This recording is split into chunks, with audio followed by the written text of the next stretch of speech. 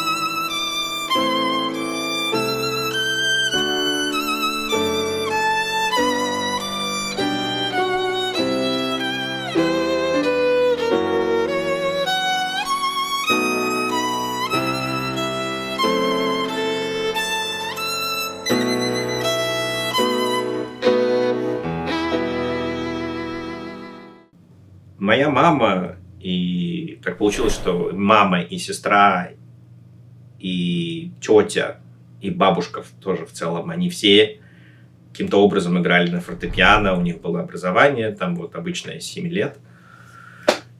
Все они закончили музыкальную школу. Соответственно, мама хотела, чтобы я тоже учился музыке. И она меня пошла тоже отдавать в музыкальную школу, ДМШ, на фортепиано. Так вот, они послушали слух там и ритмику и сказали, что, может быть, его на скрипку лучше. Ну да, скрипка круче в чем? Потому что надо слышать. Слух должен быть, опять же, выше среднего на скрипке, потому что у нас открытый. То есть это не так, как в Америке, да? Им тейп, да, наклеивают наклеечки, куда ставить пальчики. У нас такого нет и никогда не было. Чтобы понимать, какую ноту ты куда должен поставить, ты должен слышать это. Чтобы понимать, что вот это фальшиво, да? Тут, знаешь, подстроить. Это большой труд. Интонация на скрипке в целом, это ей занимаются профессионалы всю жизнь. У нас открытый космос, то есть у нас можно да? Не так, как на гитаре. Забавный случай был в ДМШ. Они спросили меня, какую ты песенку будешь петь. Я им сказал, что я буду песенку про жирафа петь. Они говорят, ой, какая хорошая детская песенка. Ну, давай. Но это, наверное, представляешь, какую он песенку спел. У меня отец был поклонник Высоцкого. У нас сборник всех пластинок Высоцкого. Так я начал петь «Жираф большой, ему видней». И они там просто все попадали со смеху, потому что такой маленький шкет пришел. Ну, вот как-то вот я был принят на скрипку в ДМШ, проучился там 2 года. Потом, значит, у меня, видимо, успехи шли хорошо. И мой преподаватель Иосиф Борисович Бондарь, то ли он уезжал в Израиль, то ли он уезжал в Америку. И он посоветовал его педагога, который преподает вот в специальной школе, да, в средней специальной школе имени Успенского. Играл вступительные экзамены и поступил вот в 3 класс.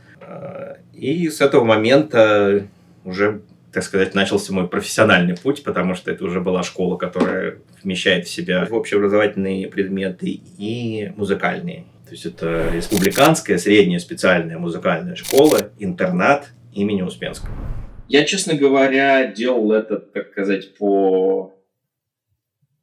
не то что по наитию, а как так вот, я делаю это, получается, ну и хорошо.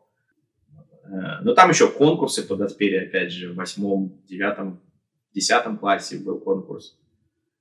Я закончил школу и поехал в Академию музыки поступать в Гнесинку, в Москву. Там был забавный момент, что мой лучший друг, он хотел поступать в Германию. И я даже начал ходить на немецкий язык. Я не могу сказать, что я был как-то определен ехать в какую-то определенную страну, но педагог именно по скрипке, она все-таки настояла, чтобы я поехал в Москву. Не знаю, как бы моя судьба обернулась другим путем. Я себе поехал в Германию, может быть, по-другому все бы сложилось. Не может быть, а точно. Но в целом, не то чтобы я жалею, просто вот был такой случай, что...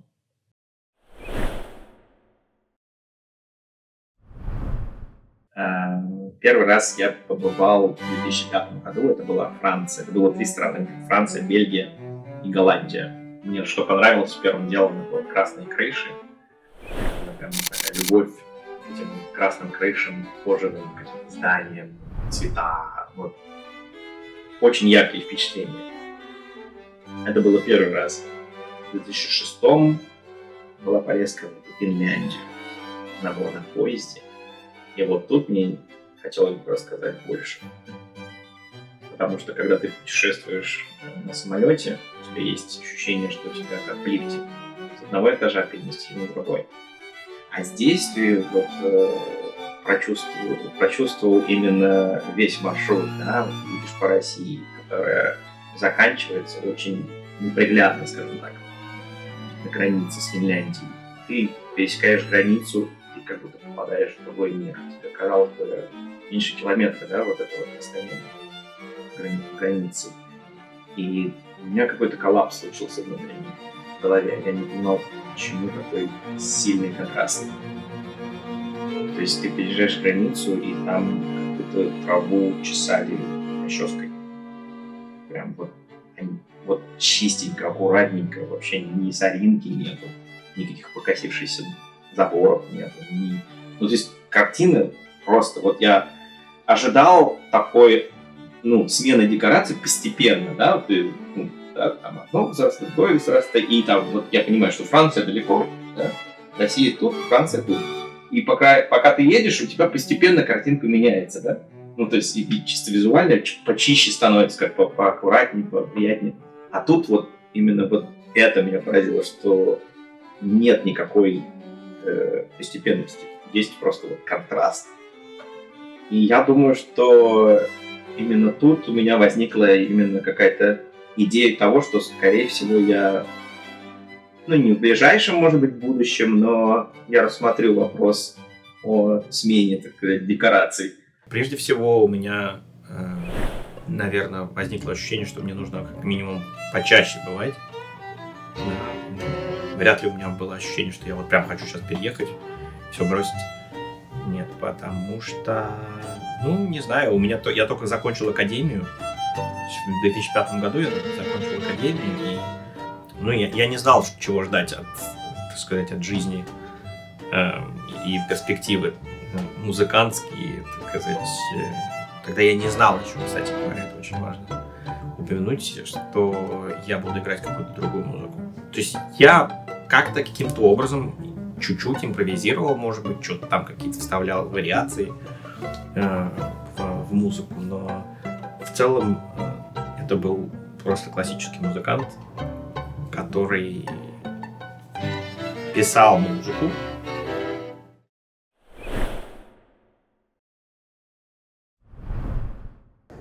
Решил, что key — это как тональность, как они здесь говорят, key of G, key of F. Значит, первая часть key, то есть это вот как слово ключ. Вторая часть real, это как жанр музыки, не только, кстати, шотландской, ирландской, но еще американской и разной другой музыки, французско-канадской, например. Да, в целом это такой европейский, скажем так, жанр танца. Это два слога, которые как два слога, как два слова, получается. И таким образом я убил двух зайцев. Произношение правильное, плюс значение прикрученное непосредственно к музыке, особенно к той, которой я в том числе играю на скрипке, на фидл. Я начал сочинять музыку в году в 93-м, наверное. Это было, естественно, на бумаге. Это было благодаря тому фактору, что учитель по сольфеджио, впоследствии теории музыки и гармонии из нашей специальной музыкальной школы имени Успенского, Русак Марк Борисович, был просто прелестнейшим педагогом, мастером своего дела, гением, и он умел заражать своим предметом. Начал сочинять на бумаге, взял класс композиции у Диларом Давронны Аманлаевой. Потом появлением компьютера, у которого была звуковая карта, я обнаружил, что есть возможность писать музыку на компьютере. И не просто писать, можно ее и воспроизводить, и еще и разными инструментами. Старые компьютеры — это терпение, прежде всего, потому что все это загружается медленно. Если мы говорим о 8-битных компьютерах, то это порой связано прям с кассетами. Или это, опять же, был FM-синтезатор.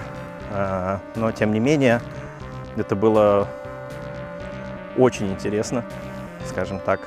И я в году 95-м начал писать на компьютере и просуществовал в таком виде где-то года 2-3, вернее, да, 95-й, 96-й, 97-й. Первые композиции у меня были на фортепиано в основном. Инструмент, который больше подходил, наверное, под воплощение каких-то идей. Поэтому у меня с фортепиано были нормальные отношения, ну, не такие прям какие-то запредельные, но я могу и до сих пор могу играть на фортепиано. В целом, если захотел бы, я бы мог пойти там клавишником в какую-то группу без проблем. Я записываю свои композиции сначала на бумаге, потом на компьютере, а следом на синтезаторе с 97 года. И записывал их потреково. Да? То есть сначала кладешь основу ударные, там, с басом, гармонию, и потом, значит, записываешь мелодию сначала, а потом уже импровизацию. То есть процесс импровизации у меня начался еще тогда. PC, компьютер, до конца 80-х — это бипер, это моно. Одна мелодия — би-би-би, бу-бу-бу, би-би-би и так далее. Бытовые компьютеры, как вот этот, имели чип, как минимум 3 голоса и один канал для шума. То есть имитация каких-то ударных, да, то, что мы знаем по Денди. Здесь тоже есть свои инструменты, да, я могу выбирать. Вот сейчас я, например, выбрал вибрафон. Я могу сыграть такую композицию, как «Сказка странствий», да, главная тема, композитор Шнитке.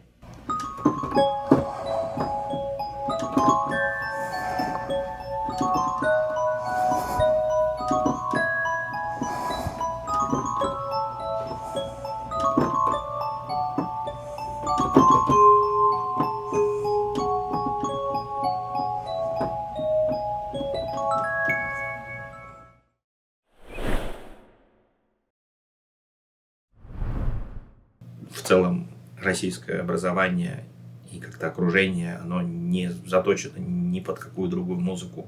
Если ты играешь на скрипке, и ты видишь какого-то скрипача, который играет что-то другое, ну, по крайней мере, в начале 2000-х еще, это значит, это просто человек, который сам что-то копал, сам что-то делал, потому что никакого другого образования, кроме классического, в России на скрипке нет. Может быть, сейчас что-то появилось, я не знаю, не слежу. Но тогда точно не было. Поэтому в целом как-то я скрипку воспринимал в тот момент как классику только. 7-й год явился вот именно годом поворота. Началось вот с изучения фидла именно. На тот момент, конечно, я еще, начав в 7-м году играть эту музыку, я года, наверное, 2, как здесь говорят, suck at it. То есть было все плохо, если оценивать, так сказать, по какой-то высшей шкале. Но, тем не менее, процесс начался именно в 2007 году. То есть написание музыки с импровизацией в 97-м, процесс ухода от классической музыки, вернее, начала какого-то другого пути в 2007-м. То есть это 10 лет разницы. Но это фидл был. Фидл — это скрипка в народном понимании. То есть все, что туда попадает, это вот кельтская музыка, ирландская, шотландская, канадская, любая другая, американская, all time, прежде всего. Также блюграсс, новые стили, да, которые уже во второй половине, я бы сказал, 20 века были. Ну, кантри, как общий такой жанр. То есть все, вот, что связано с этим явлением, называется фидлом. То есть в русском языке нет такого слова. Ну, когда мы говорим, например, даже о джазе, там все-таки violin используется слово, так же, как в классике.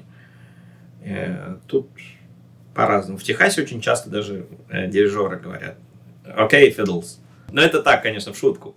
2008 год. Это год, когда я работал в оркестре Павла Слободкина в Москве.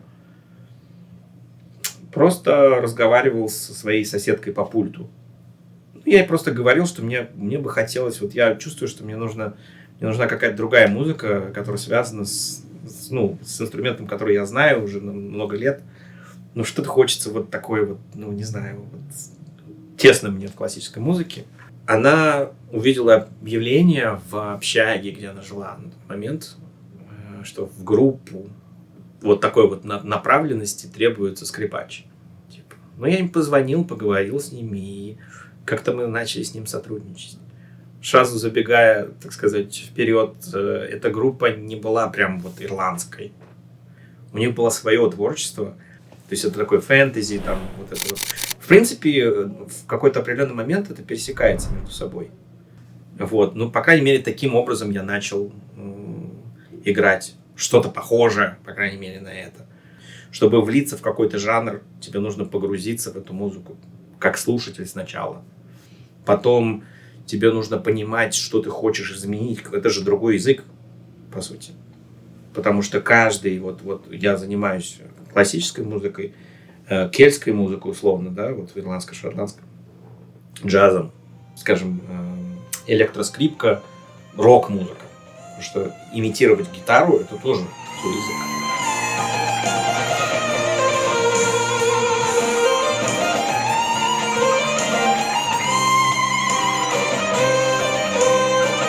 Короче, вот у меня есть сколько там, 4 разных языка сейчас. А тогда было, условно, 2, да, вот второй, который я пытался изучить. И я, правда, слушал очень много этой музыки сначала. Потом я пытался что-то, давалось очень легко, потому что ты не понимаешь, у тебя нет никаких педагогов, у тебя никто, в Москве никого нету, кто мог бы тебя обучить этому. И поэтому приходилось, конечно, ездить в школы разные. И в Ирландии я был в школе, и в Шотландии я был в 2 школах, и в Калифорнии, вот как я сказал, тоже в школе был. Только так можно было как-то приблизить какое-то понимание, наверное. И опять же, ты даже не понимаешь, что... Сначала не понимаешь, что в Ирландии, в самой Ирландии, там как минимум 10 разных стилей. И в разных этих графствах реально различаются стили в самой одной Ирландии. В Шотландии то же самое. Там есть регионы, которые по-разному. Да? То, что ближе к Англии, там ближе к классической музыке, условно. Да? То, что дальше, уже ближе с ирландцами, как бы коннект какой-то. Все это, конечно, тогда я ничего не понимал, потому что мне было хотя бы... интересно словить именно какие-то основные моменты. Там, после посещения Ирландии, школы и фестиваля, на котором я участвовал, наверное, вот это был ключевой момент. То есть 2 года после моего изначального интереса, скажем так. Какой-то переломный момент, когда я уже начал. Потом я уже обнаружил, вернее, в процессе я обнаружил шотландскую музыку, потом Кей Бреттон. Это вот канадская музыка. Это все разные стили, скажем. Ну, то есть, как я уже сказал, в шотландской музыке их много внутри шотландской музыки.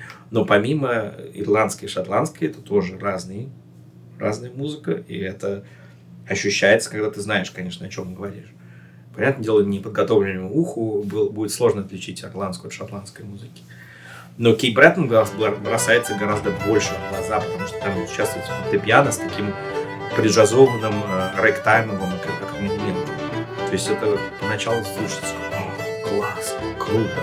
Потому что, ты понимаешь, что звучит кельтская музыка, но аккомпанемент какой-то из другой оперы с 2009 года.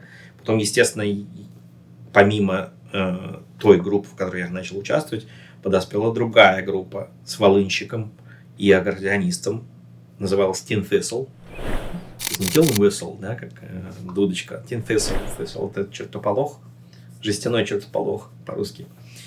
Вот, мы начали играть, значит, играли. Там 2 года поиграли. Кстати, мы, по-моему, в том же году и начали. Подоспела еще одна группа ирландского трада, да, традиционной музыки. То есть там был волынщик, он же на тин-висле играл, значит, гитара и перкуссия, борон и фидл, соответственно, да. Помимо этого я решил создать свою группу. То есть в Москве у меня был очень такой насыщенный, скажем так, ритм. Я создал свою группу «Гласах», она называлась.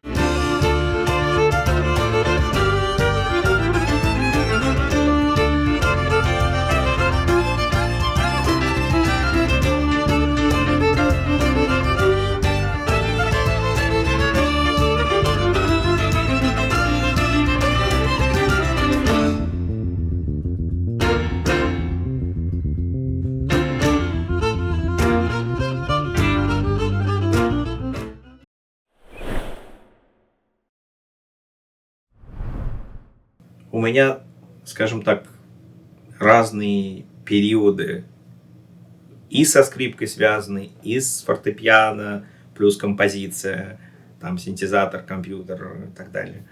Джаз я уже, наверное, более-менее стал играть здесь, потому что в Техасе есть традиция Western Swing или Texas Swing, еще его называют.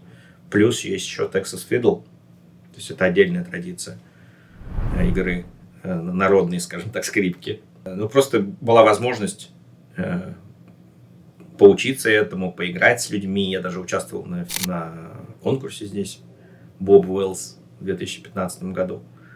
Это тоже отдельная история, как я познакомился с группой Quibi Sisters, когда они гастролировали в России. И у них был мастер-класс в консерватории московской. И мне, естественно, было на тот момент уже, это был 13-й год, мне было очень сильно интересно, что это такое, вообще как это. Я посетил, я с ними познакомился, и потом, значит, в этот же год я был туристом в Техасе и останавливался уже у них непосредственно. Это было очень интересно, забавно.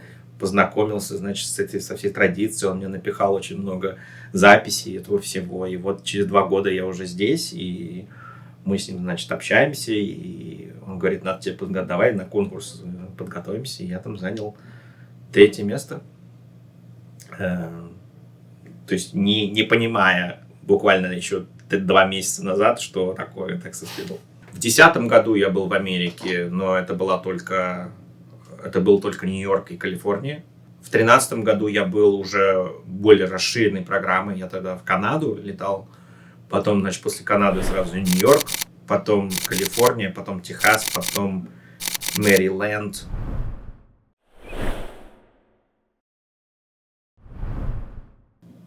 Значит, я уехал из Ташкента в 2000 году, потом был в 2001. И после 2001 я долго там не был. И как-то, проснувшись очередной раз после сна, видя ташкентские улочки, как я по ним гуляю, я решил, что надо ехать, потому что мне надоело это смотреть во сне. Надо по ним просто пройтись опять и, так сказать, вживую это увидеть. И это был 2008 год. Так вот, в 2010 случилась такая же ситуация.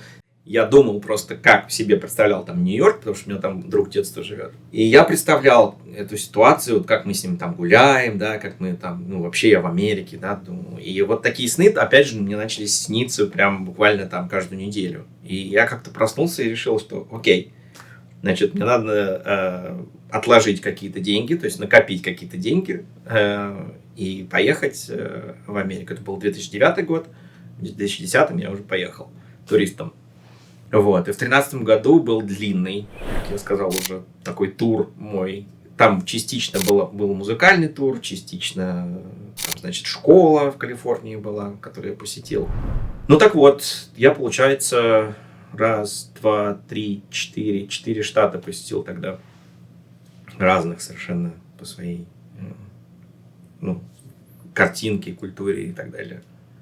Это было интересно. Но первое впечатление о Техасе у меня было никакое, честно говоря. Вот после Калифорнии особенно. Тогда еще в 2013 году это было очень прилично. По крайней мере, я не замечал ничего неприличного в Сан-Франциско. И потому что там, ну, я вообще думал, что это самый лучший город на земле.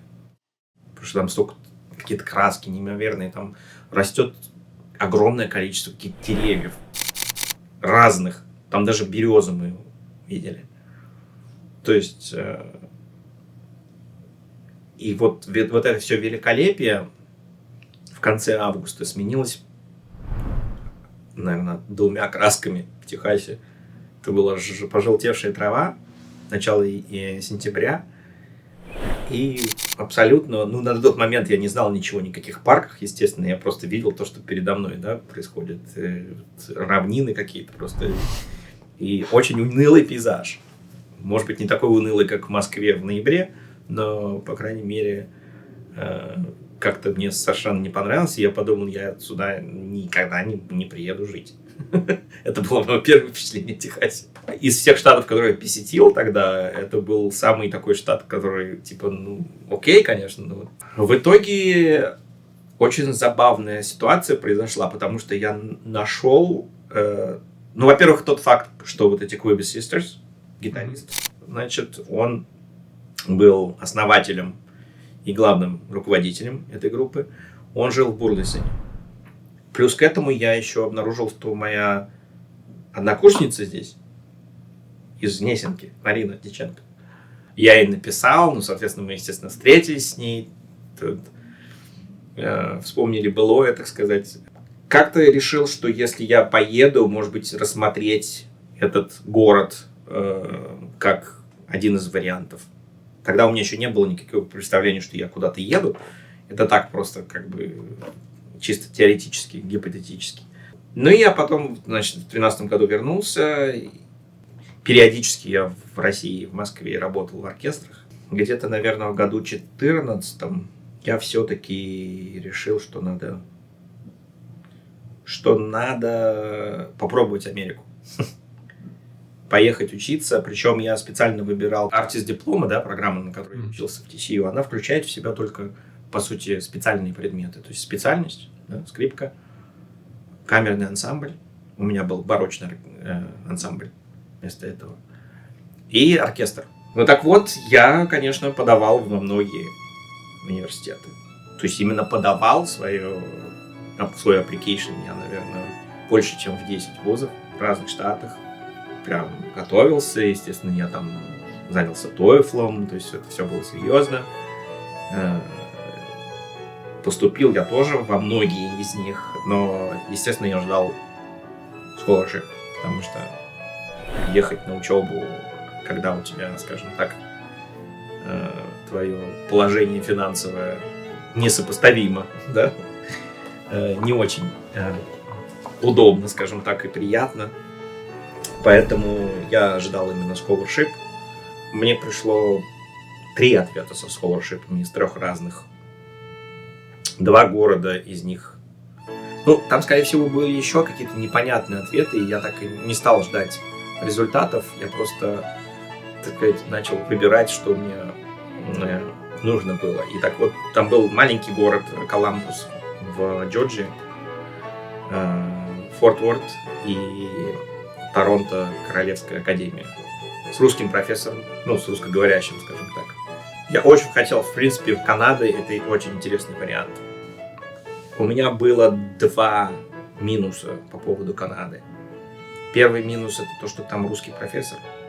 Просто русские профессора не дают свободу. У них есть определенная картина мира. Они хотят именно так. И они тебе говорят, вот так надо сделать. То есть, когда ты начинаешь говорить, а почему не так, например, вот у меня есть такая-то идея. И я, опять же, не говорю за всех. По моему личному опыту я знаю, что это так. Лучше можно попробовать американского профессора, потому что вообще в целом хочется попробовать. Минимум сравнить.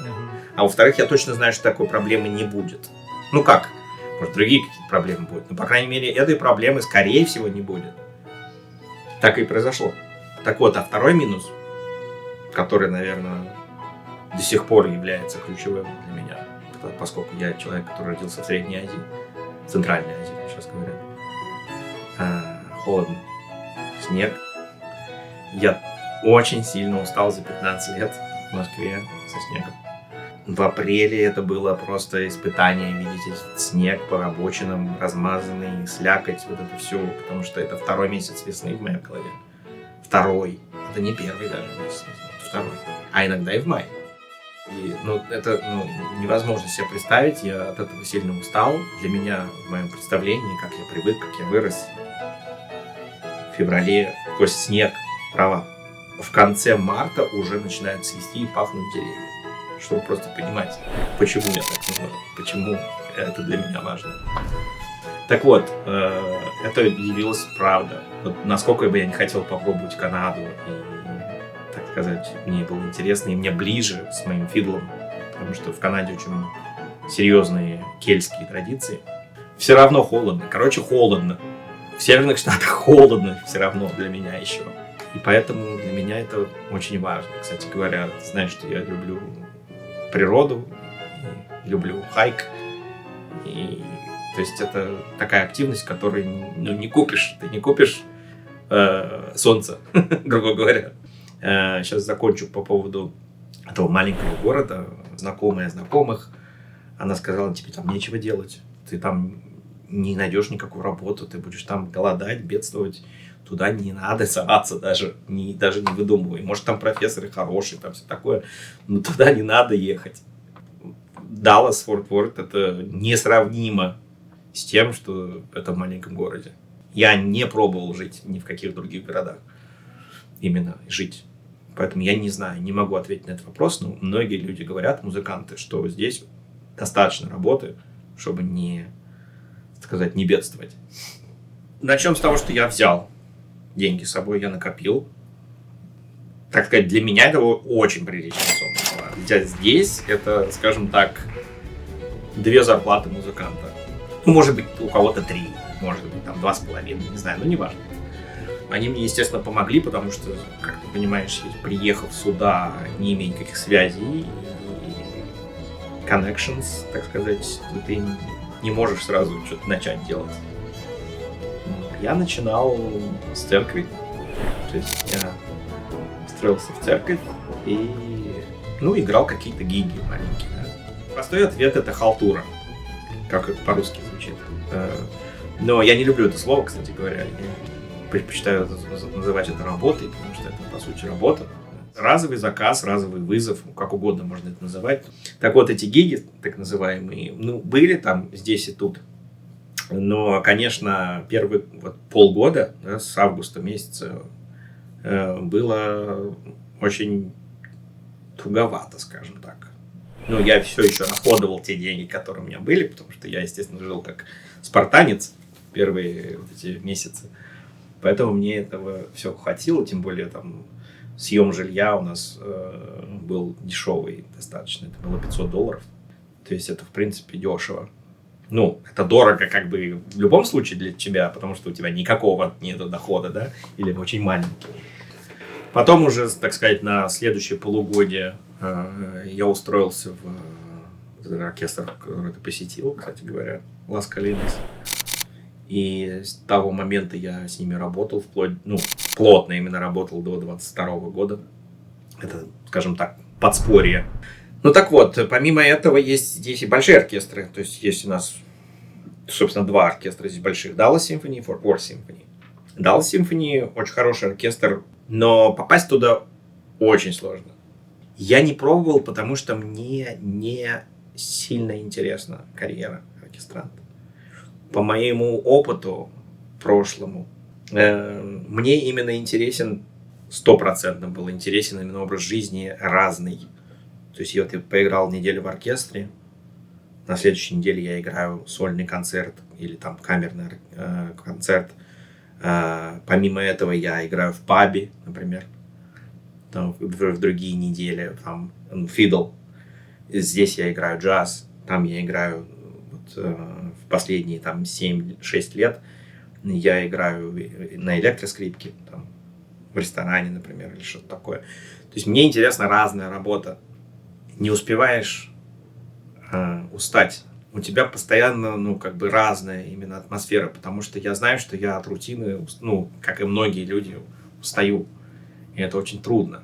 При всем при этом я люблю бывать в оркестре, люблю играть программы. Прежде всего, что это социализация.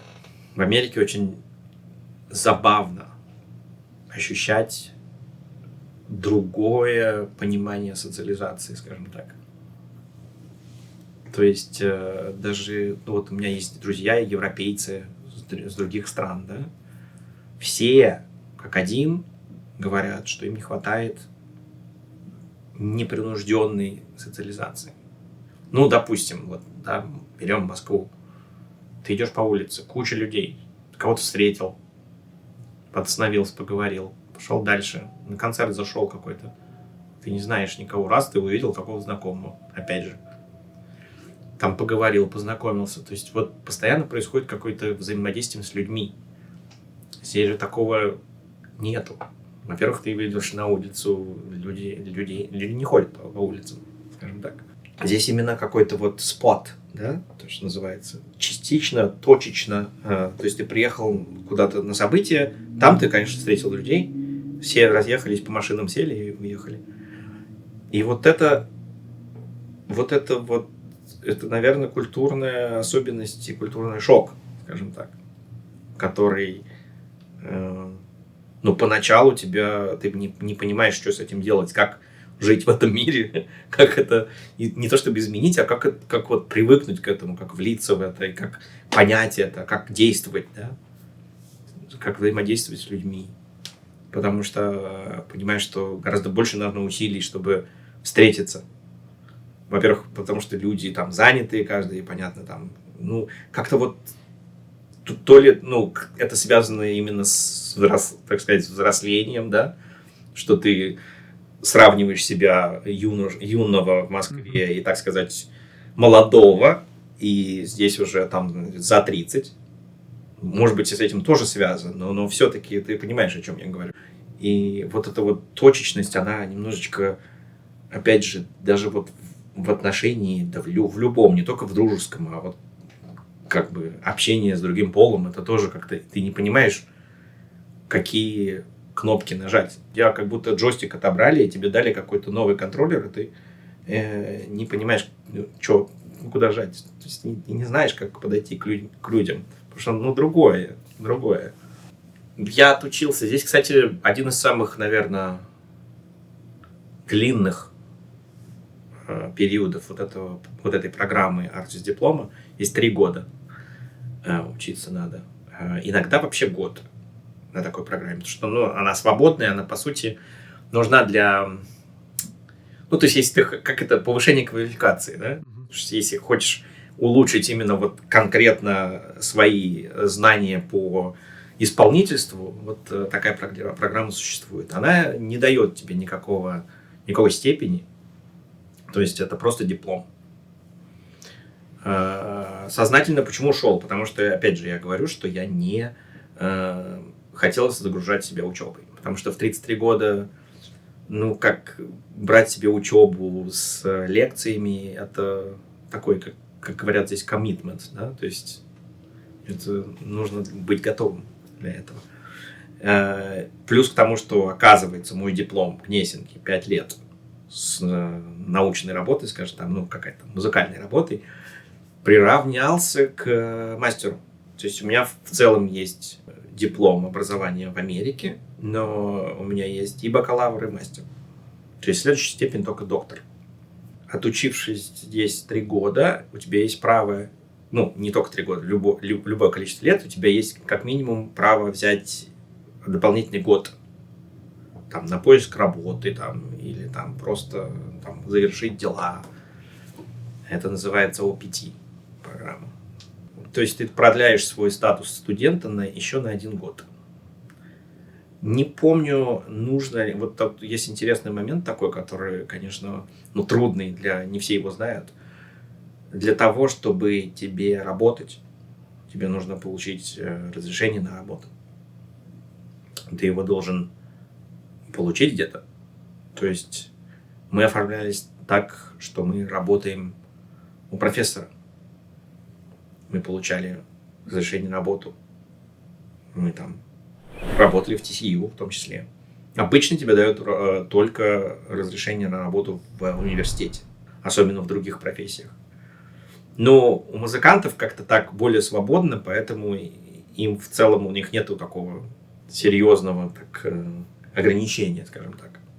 Виза таланта У1 подразумевает то, что ты можешь работать в своей области где угодно. То есть, например, H1B виза, это виза рабочая. Там ты привязан к работодателю. Чтобы сменить работу, тебе между работодателями должно произойти connection, и они там должны договориться. У У1 такого нету. У этой визы у тебя должны быть либо работодатели, либо один большой работодатель. У тебя есть свобода полета только в этой области. То есть ты не можешь продавать бургеры в Макдональдсе. Да, она дается на 3 года, потом ее надо продлять. Но у тебя есть возможность подавать на грин-карт после этого, хоть на следующий день. Пробыв год, чуть меньше года на этой визе, я решил, что надо идти дальше. По сей день я нахожусь на грин-карт.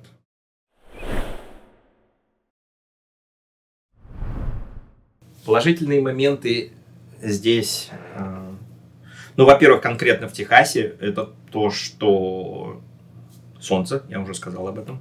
Это очень прям большой такой показатель. Я не боюсь жары. Я нормально с жарой общаюсь. Да, когда влажно, вот в Хьюстоне я бы не смог жить. Слишком влажно. В Далласе нормально, терпимо влажно. Я бы хотел, конечно, идеально, чтобы это было больше тогда, вот, где Амарилла, что там, Лабок. Но там мало что пригодного для музыканта поделать. В целом, да, природа напоминает, кстати, очень сильно порой Узбекистан. Деревья такие, как чинара, это сикамор здесь называется, по-русски платан. Арча по-узбекски, значит, по-русски это можжевельник, по-английски это juniper, но у них еще есть название сидр. Да, ностальгия, конечно, есть. Для меня до сих пор это самая лучшая пища в мире. Шашлык, плов, вот все. Здесь тоже мясо любят. И мало того, здесь есть 2 узбекских ресторана. Если совсем припрет, ты можешь всегда пойти туда и поесть. Вот. Я себя ощущаю здесь как на Марсе. В принципе, если не смотреть YouTube и телевизор, ты вообще не связан ни с политикой, ни с каким-то положением. Я теперь понимаю, почему многие люди ничего не знают об этом. Они даже географию не знают. В принципе, не обязательно здесь знать. Ты живешь в своем мире, у тебя, если ты американец, у тебя есть все. У тебя есть, хочешь горы, пожалуйста, езжай в Колорадо, катайся на лыжах. Хочешь океан, в Техасе тут же на залив езжай. Хочешь что-то более красивое, езжай в Калифорнию или во Флориду или куда угодно. Здесь 2 океана. По сути, здесь есть практически любой климат, который тебе может понравиться. Мне в целом нравится очень водить. Я очень переживал, когда я только, скажем так, учился, да, я очень переживал, что я буду слишком прям сильно нервничать за рулем. Но как-то так получилось, что адреналин, наверное, адреналин вождения сам по себе, плюс смена картинки, что мне очень тоже важно в моей жизни, перекрывают страх или волнение, или какой-то стресс от вождения. У меня не так много прям именно выступлений за пределами, скажем так, северного Техаса. В целом, да, конечно, я ездил и в Нью-Мексико, и в Луизиану, и в Оклахому. Наверное, это все по машине, по штатам. Так, в целом, я летаю, конечно, недавно. В Мэдисоне был, Висконсин. Это самолет, конечно, был. Я начал водить в 2016 году. Я могу сказать, что мне очень понравилось, потому что по сравнению там с Узбекистаном или с Россией, здесь достаточно, по крайней мере тогда, было предсказуемое вождение. В целом, скажем так, 85% я понимал, что люди делают, и был готов, не было каких-то эксцессов, что кто-то там куда-то нырнул, что-то там повернул и создал аварийную ситуацию. Вообще, надо сказать, опять же, вернувшись к природе, ну, так получилось, что это большая часть, так сказать, моего сознания. Если ты поедешь на машине из Флориды в Калифорнию, ты увидишь огромное изменение. Буквально каждый штат меняется, ну, колоссально. Просто вот вдумайся в то, что если ты поедешь из Беларуси до Уральских гор, ну, я не думаю, что там слишком сильно будет природа меняться. Ты едешь по одной прямой, да. Допустим, вот так вот, да? Ну, я бы не сказал, что там сильно будет меняться природа. Все начинается, во-первых, с Техаса начинается все. Смотри, у нас здесь такая климатическая зона, как сказать, юга. Мы едем на запад Техаса, там начинаются прерии, там начинаются каньоны. То есть ты начинал с сосен, проезжаешь. Для меня это просто, ну, не укладывается в голове.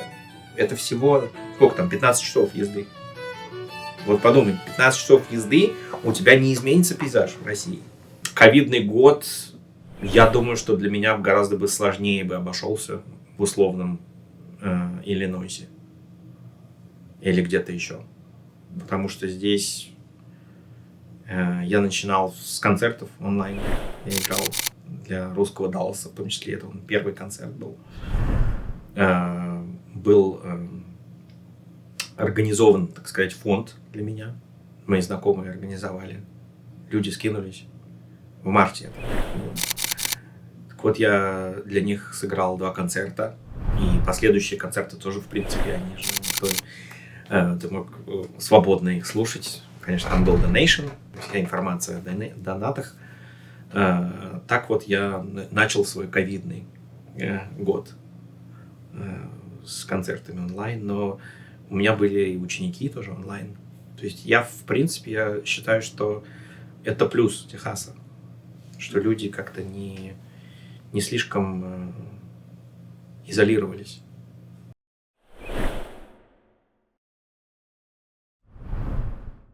В целом я природу всегда любил. Всегда, ну, погулять на природе, это для меня было как отдушина такая, как возможность просто расслабиться, наверное. Прям сильное увлечение, наверное, началось в ковидный год, поскольку было очень много времени. Не то чтобы его надо было куда-то девать, просто в целом, чтобы успокоить нервную систему, которая тогда была очень сильно расшатана. И да, я достаточно много гулял по разным паркам. Я, наверное, практически все их знаю в округе DFW, да, то есть Даллас и Форт Уорт. Ну, был период, когда эти парки были все новые. Вот каждый день был новый парк. Какие-то парки здесь платные, но это тоже не проблема, потому что ты можешь купить здесь годовой пас. Мне многие местные люди говорили, что я живу больше 30 лет, я не знал об этих парках, как ты их вообще нашел.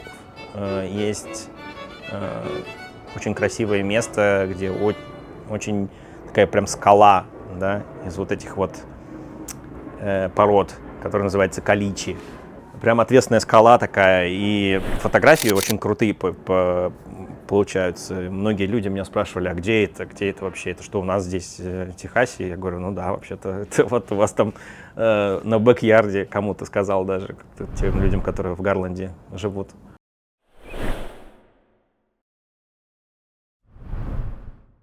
Струнный квартет – это давнишняя идея, она безумно сложная по многим причинам, потому что это соединение тех традиций, значит, классической музыки. Я просто забегу в прошлое. Значит, я начинал сразу в хорошем квартете. Меня позвали старшеклассники, скажем так, или там старшекурсники. Они были тогда уже в конце 4-го курса, я был на 1-м курсе. Мне было очень интересно. Они занимались буквально раза 3 в неделю минимум. Был большой запал на какие-то конкурсы и так далее. Одна из гордостей моей коллекции собрание квартетов Шостаковича исполняет квартет Бородина. Дело в том, что моим учителем по квартету был Валентин Берлинский. Практически с основания квартета он был участником и, скажем так, главным руководителем, что ли, квартета. И этого душой, скажем так, квартета. Так вот, я просто помню, что такое, прям качественный, хорошего качества квартет. В этом отношении бенду проще. Есть бас-гитарист, есть ударник. Они знают, что ударник не будет играть на бас-гитаре. Но в целом мы из инструментов вытаскиваем все. То есть мы играем мелодию, мы играем какие-то ритмы, мы играем чопы. Это отдельная техника перкуссионная. То есть...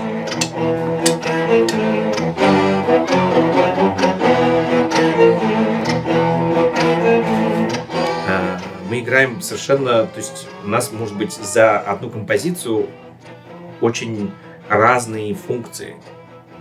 То есть, грубо говоря, если бы мы говорили о группе, вот обычной группе, там, да, то бас-гитарист успевает поиграть на гитаре, на ударных и попеть еще.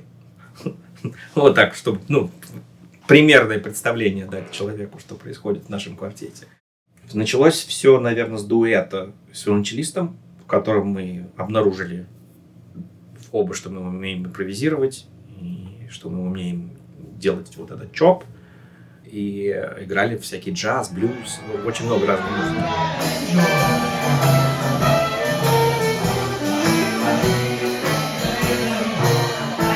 Потом, присоединили туда еще третьего человека, которая очень хотела всему этому научиться. Она очень быстро всему научилась, кстати говоря. Это очень круто. Артистка.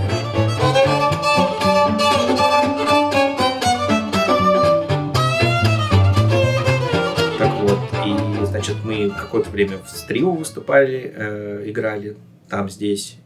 И в итоге было решено создать все-таки квартет, потому что это такой классический, скажем так, да, какой-то запрос именно на качество. Мы присоединили еще одну скрипку, она певица в том числе.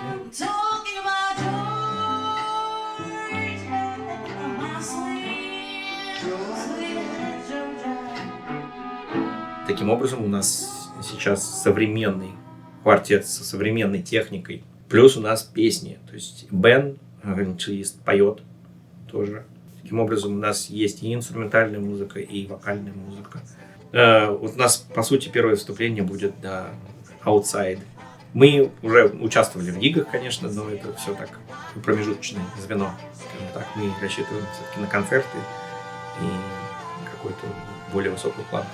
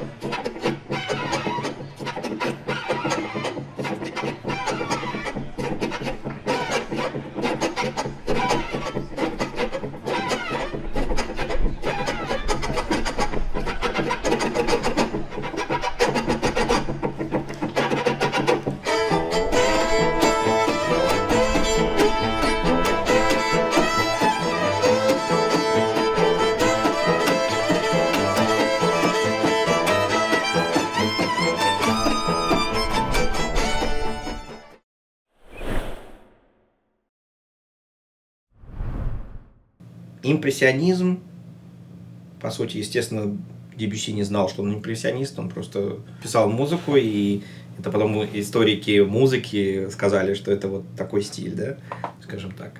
Именно музыка писания, он описывал картины, он не писал какие-то мелодии, да. Ну, у нее есть, конечно, мелодии, но это была не основа музыки. Например, мы знаем, что Чайковский — это композитор, который писал мелодии, рингтоны, да. Моцарт, соответственно. Но это там, в принципе, культура была гомофонная. То есть там мелодия превыше всего. Это вот прям... Все остальное — это обслуживающий персонал вокруг. Так вот, он изменил этот язык, добавил туда интересные какие-то гаммы, которые раньше композиторы в целом не использовали. Вот для меня понятен язык Баха, для меня понятен язык Моцарта. Но Дебюсси, например, вот внес какие-то там целотонные гаммы. Это обычно, когда вот показывают какой-то там сон, вот это играет, обычно это вот набор целых тонов. И создается такой эффект как бы сказки, как будто мы куда-то отправляемся. Когда я услышал прелюдию «Шаги на снегу», например, я просто вот так вот сидел, и у меня чуть ли не слезы текли просто. Причем там, опять же, мелодии там нету. Просто такая меланхоличная музыка. Наверное, она затрагивала какие-то мои моменты, поскольку я тоже композитор, мне интересны вот эти вот пастельные созвучия, что ли. Какие-то диатонические такие. То, что не использовали, вернее, не акцентировали композиторы предыдущей эпохи. Хочу упомянуть еще одного композитора, на которого ссылался сам Дебюсси. И я тоже считаю, что он уникальный. В «Могучей кучке» был такой композитор, как Мусорский. Так вот, когда я для себя открыл Мусорского, опять же, в школе я, как бы не обращал внимания. Мусорский, там что-то... вот это вот картинки с выставки, знаем, да, все. Потом, когда я начал больше музыки слушать и Мусорского, я понял, что Дебюсси питался там. И Шостакович. Тоже связанный с тем и с другим. Понятное дело, что у Шостаковича очень сложный язык для неподготовленного слушателя. Шостакович поднимает иногда такие пласты среди его вот этого сложного языка. У него, кстати, даже хэви-метал есть. В 9 квартете, да, это 9 квартет, по-моему. Прям там тон тон тон тон тон тон тон тон тон тон тон тон тон тон тон тон тон. Я не шучу. Это реально металл. Потом, значит, по-моему, в том же квартете у него какая-то средневековая вдруг музыка, какая-то древняя просто вот музыка. И она причем как будто ты в каком-то горизонте находишься, ты просто среди вот этого его сложного языка, да, там начало, там конец, ты попадаешь иногда в какие-то совершенно, не знаю. И, конечно, в нем много какого-то страдания, боли, это тоже как-то цепляет. И опять же, да, это неподготовленному слуху трудно слушать такую музыку, но тем не менее, вот Шостакович, наверное, это, особенно в своем квартетном творчестве, прям классный композитор. И в симфонической тоже музыке, безусловно. Просто в 9-й его симфонии, например, я в последней части я прям вижу этот парад Сталина, прям как они встают, там чествуют, там вот это все, там на коне кто-то там. Современная музыка у меня очень обрывочная, к сожалению. Я не могу похвастаться какой-то прям глубокое изучение. Например, Битлз прошел мимо меня. Металлика, наверное, первая по-настоящему группа, которую я прям слушал. Альбом Металлика, черный альбом 91 года. Это тоже прикольный альбом Металлики, достаточно современный, не знаю, какого там года, 18-го, 16-го, да. Очень классные песни там есть. Одна из моих любимых — это Moth into the Flame. Now that we are dead. Гоняли ее по радио очень часто. И мне прям очень сильно нравилось. У меня тогда отпустил все волосы, то есть длинные волосы были, и я прям эту музыку слушал постоянно. Потом обнаружил другие альбомы, там 96-го года, там 94-го. Где-то в конце 90-х годов я обнаружил для себя группу Faith No More. И вот альбом 95-го года King for a Day прям настолько разнообразный. То есть там есть металлические какие-то прям песни, есть какие-то ближе даже к фанковым песням. Что еще? Были какие-то там Red Hot Chili Peppers какое-то время. Prodigy, я помню, какое-то время я слушал. Не знаю, трудно сказать. Прям вот, чтобы альбомами я слушал, наверное, вот у меня был момент конца 90-х, скажем так, середины 2000-х, это вот активное слушание какой-то вот рок-музыки. В 2000 году, переехав в Москву, я обнаружил для себя такое явление, как русский рок, потому что в Узбекистане его практически не было, скажем так. Ну, то есть это было явление, которое существовало только где-то, ну, у меломанов, наверное. Ну, максимум, кого я знал, это Цоя, наверное. Для меня было новым впечатлением включить наше радио и обнаружить там какие-то исполнители, которые... Не Земфира, например, ну, что это? Я никогда не слышал. Там, ну, все вот эти вот группы, да, там они потом кинопробы создали, да. Там, кстати, не только российские исполнители были, украинские тоже. В ковидный год, вот когда я ездил очень много по паркам там и так далее, я обнаружил для себя волнительный просто год был. Непонятно, что было дальше, да. То есть музыкант, у которого, по сути, отняли среду. Ты не понимаешь, что делать, и поэтому типа хочется чего-то такого расслабляющего, спокойного. Я нашел для себя Lounge FM из Украины.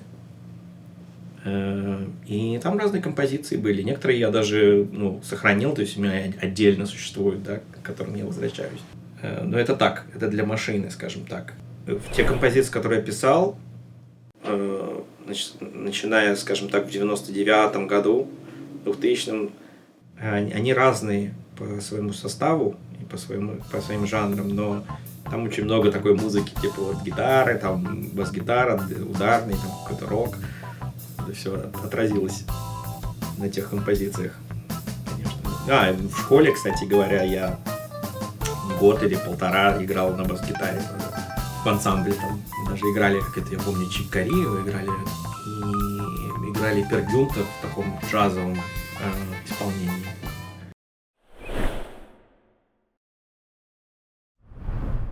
Дуэт с гитаристом. Ну, это, по сути, давняя история, потому что, прибыв сюда, естественно, я первым делом познакомился с людьми, которые играют ирландскую музыку, и я ходил на вот эти вот сессионы, как они называются, на джемы. Это никто никому ничего не платит, это просто люди собираются вместе, пьют пиво, кушают, играют музыку. У меня образовался дуэт сначала с бауронисткой, это такой перкуссионный инструмент. Мы с ней долгое время играли в пабе, вот, в Крафте. Потом у нас была группа, тоже участвовали на фестивалях, ездили с концертами. Ковид, конечно, изменил ландшафт. И с Алексом Хэндом, вот, с текущим гитаристом, я познакомился то ли, по-моему, в 21 году, да, где-то. И оказалось, что он большой любитель балканской музыки, прежде всего, но тем не менее еще и ирландская музыка играет. Мы играем на Санденсе в Форт-Уорте раз в месяц примерно, в пабе, значит, ну и, соответственно, у нас гиги есть.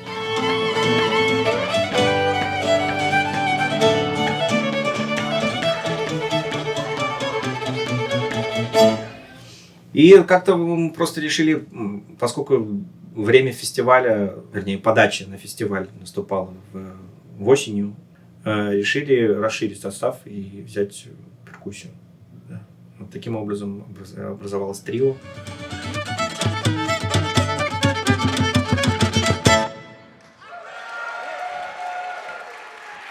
Thank you so much. We are Celtic Standard Time. You can find us on Instagram.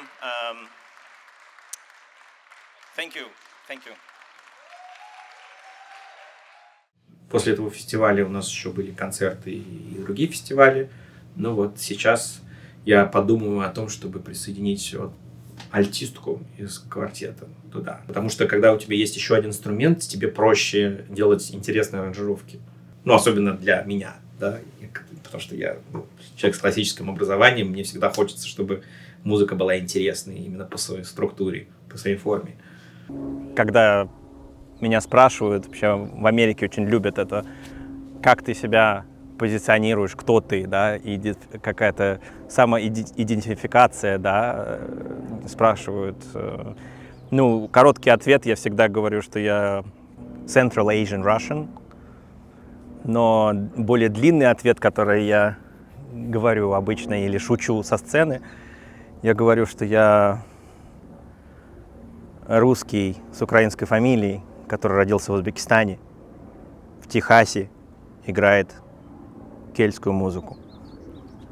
Во многих школах, скажем так, не во всех, наверное, есть либо или же и то, и другое. Значит, оркестр струнный и бенд, то есть духовые, деревянные и медь, плюс там ударные.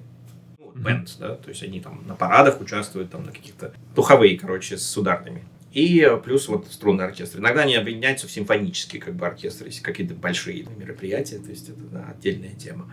Но тем не менее, как происходит все? Есть оркестр директор, да? То есть это дирижер, руководитель этого класса. Есть ассистент, то есть они два, они меняются там, чтобы, так сказать, не один там 8 часов работал, то есть они меняются по классам, там распределяются. И им нужна помощь, потому что явно это трудно. То есть они начинают учить людей с нуля. Вот пришел человек, в 6 классе они здесь начинают обычно, и он там хочет на скрипке играть. То есть, по сути, они начинают с оркестра. Хорошо, если у них есть педагог, но у многих нет педагога никакого. Так вот, обычно педагоги вот прям в этой школе приходят туда учить. То есть у них вот есть период, который состоит из там 50 минут, условно, плюс-минус. И урок по 25 минут. То есть в период я учу 2 людей. То есть я их просто выцепляю один раз в неделю из оркестра и даю им уроки. Чтобы, так сказать, поднять уровень оркестра, ну и вообще помочь в программе. В основном на это нацелено. То есть мы индивидуальные как контракторы, да, или как это сказать. То есть мы приходим, у нас вся коммуникация проходит между мной и родителями.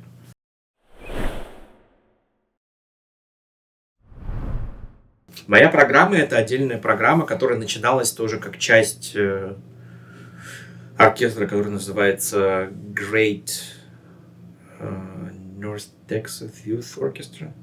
То есть тоже программа для детей. Здесь есть такие юношеские оркестры.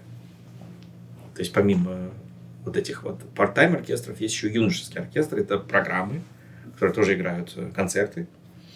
Вот. И при этой программе было ответвление вот кельтский ансамбль. Я начинал там эту программу делать. Потом был еще период TCU, когда меня позвали там сделать такую программу. Я отработал 1 семестр, и как-то так не получилось на следующий семестр никого взять, не записалось достаточное количество народу.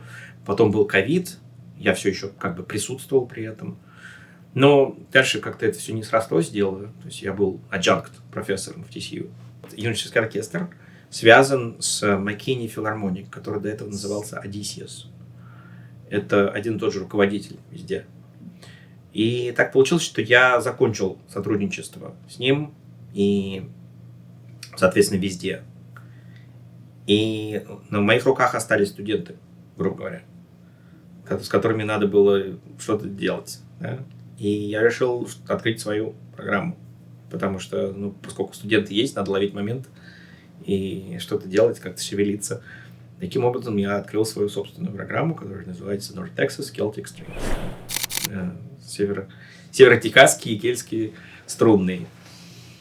Вот такая вот программа. Она существует уже, получается, с 22 года. Да. 1 семестр мы пропустили, там тоже были проблемы с набором. Но вот сейчас стабильный состав, который уже целый год. 1 человек менялся, то есть все остальные остались. Но они вроде бы намерены продолжать на следующий семестр. Особенность этой программы в том, что мы работаем на слух. То есть я им играю по тактам. Мы запоминаем 1 такт, потом играю 2 такт, потом мы склеиваем 1 и 2, потом 3, потом 4, потом склеим 3-4, потом возвращаемся, играем раз, два, три, 4. Это такая традиционная система вот именно фидл-музыки, как это учат, как это сказать, орально, да? То есть традиция передается из уст в уста. Во всех школах фидл, в которых ты бы не участвовал, везде будет такая система, в основном. То есть прям вот по слуху. У нас там были бумажечки, но это для некоторых композиций, где были аранжировки. То есть не забыть, что зачем идет. Потому что там, например, была аранжировка, где сначала они играют длинные ноты, потом они играют ритм, потом они играют мелодию. Потом, значит, следующий тюн в том же сете идет просто, там просто прочерк стоит, просто все играют мелодию, потом опять начинается какая-то аранжировка, да, и чтобы вот такие моменты не забыть, они использовали бумаги. Уникальная в целом программа здесь, потому что здесь такой программы нету именно для струнных инструментов. Здесь есть школа, ирландская школа музыки, там все инструменты, там whistle, да, то есть дудочка, неограниченно, гармошка, там банджо, все что угодно. А именно вот для струнных, потому что мы же не только играем мелодии, мы еще играем подложку, там такую вот, опять же, вот, про аранжировки, да, я говорил, что там не всегда играется мелодия. Может что-то другое играться. У меня такой в целом посыл, чтобы люди понимали, как это работает, чтобы они умели не только мелодию играть, но еще и там кому-то подыграть, поаккомпанировать. Our first show at NTIF as North Texas Celtic Strings, the educational program for kids and adults. So that's probably the biggest group we had in the history. We're really excited to play for you tonight.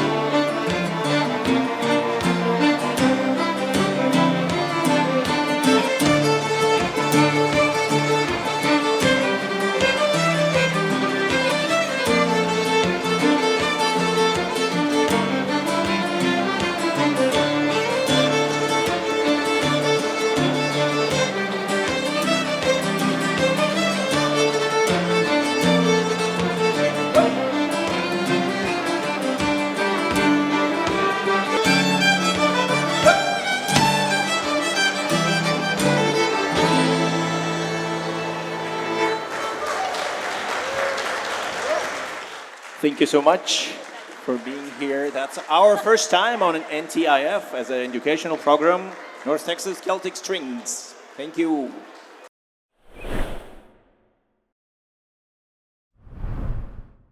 Ну вот, отвечая на вопрос, каким бы мог быть мой идеальный день в профессиональном плане, это, наверное, после завтрака идти в студию, писать музыку или аранжировку. Не обязательно это должна быть прям моя музыка. Что-то такое творческое создание чего-либо. Это даже может быть и монтирование видео. Не обязательно это прям с музыкой, потому что я сам себе режиссер, в основном всегда все видео сам монтирую, складываю звук к видео, подкладываю и так далее. Обычное дело для людей, которые сами все делают, сами себя продвигают, скажем так. Так вот, после, значит, работы, такой, скажем, творческой, какой-то отдых и так, пару раз в неделю, скажем так, выступление, может быть. Ты идешь вечером, играешь. И, соответственно, в тот день, когда у тебя выступление, ты можешь поработать поменьше, чтобы не переутомиться, скажем так. Потому что концерты, как здесь называют, шоу, занимают достаточно энергии, отнимают, и ты должен быть достаточно сфокусирован, скажем так. Наверное, это вот такая картинка идеальной недели или, вернее, идеального дня. Конечно, обязательно должен быть один выходной хотя бы, потому что не всегда у музыкантов бывает выходной день. К сожалению, у музыкантов зачастую просто нон-стоп. Ну, начнем с того, что музыканты в целом работают на работе, потом приходят с работы и еще дома работают, потому что им надо позаниматься, подготовиться, да. То есть это какой-то постоянный процесс, ты постоянно в чем-то крутишься. И ты постоянно на связи, потому что приходят какие-то запросы, что-то надо где-то подписать, где-то надо там с кем-то договориться. Это требует, во-первых, самодисциплины. Профессия, когда ты сам на себя работаешь, это непросто. Ну, собственно говоря, многие об этом, наверное, знают. Кирилл Расколенко, ученик 6 класса. Основной инструмент у Кирилла – скрипка. У меня есть цикл «Времена года», инвенции, да, цикл инвенции. В том году я написал вариации. Когда я вырасту, я хочу стать композитором. Поэтому так много занимаешься и стараешься узнать как можно больше. Я желаю тебе успеха. Спасибо.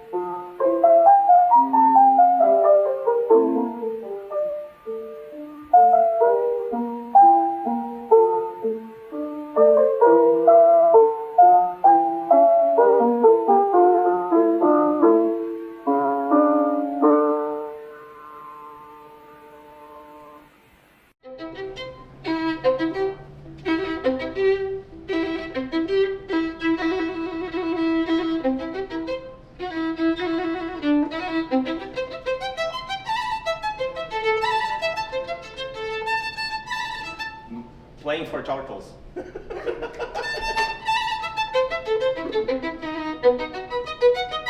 I think they hear it.